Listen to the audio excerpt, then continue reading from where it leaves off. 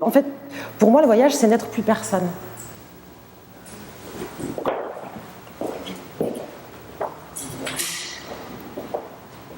Moins j'ai de repères, en fait.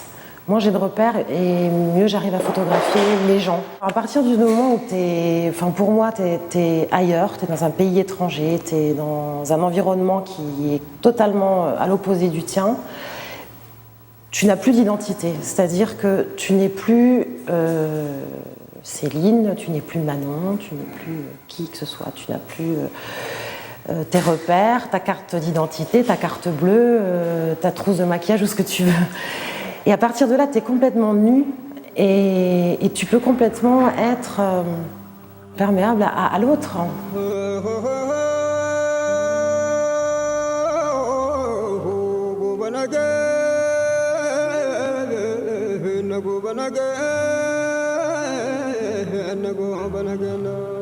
J'avais ces photos depuis... elles ont été exposées l'année précédente, l'année dernière, au Festival de Pierre-Vert et puis au Festival Présence Photographie à Montélimar. Et elles n'avaient jamais été exposées à Marseille. Donc ça me tenait à cœur justement de les rapatrier ici. Et voilà, donc je suis ravie de pouvoir les exposer ici.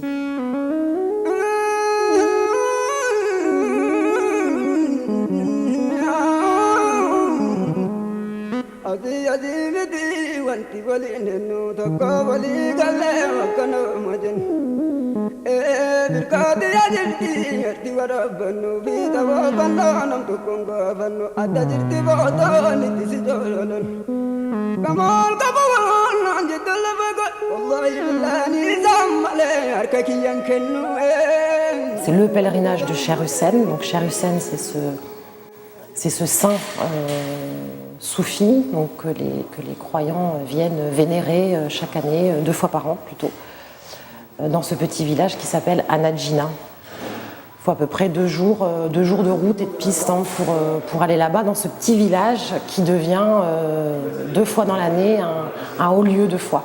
C'est le plus gros pèlerinage musulman de toute la Corne d'Afrique et à la fois un rassemblement très syncrétique.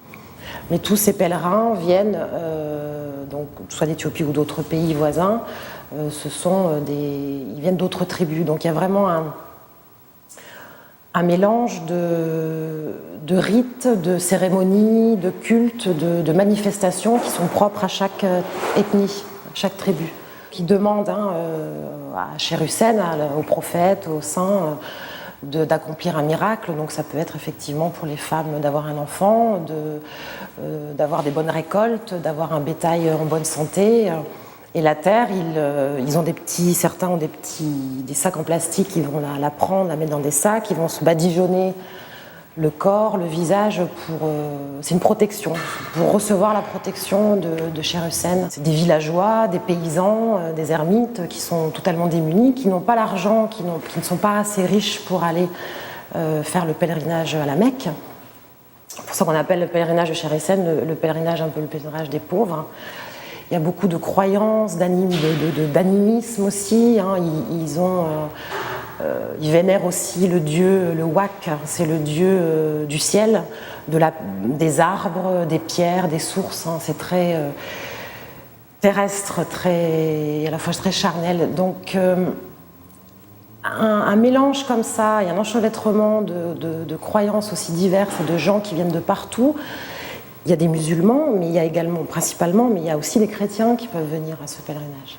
Et je trouve que c'était un beau message à faire passer, un beau moment à faire partager. Voilà.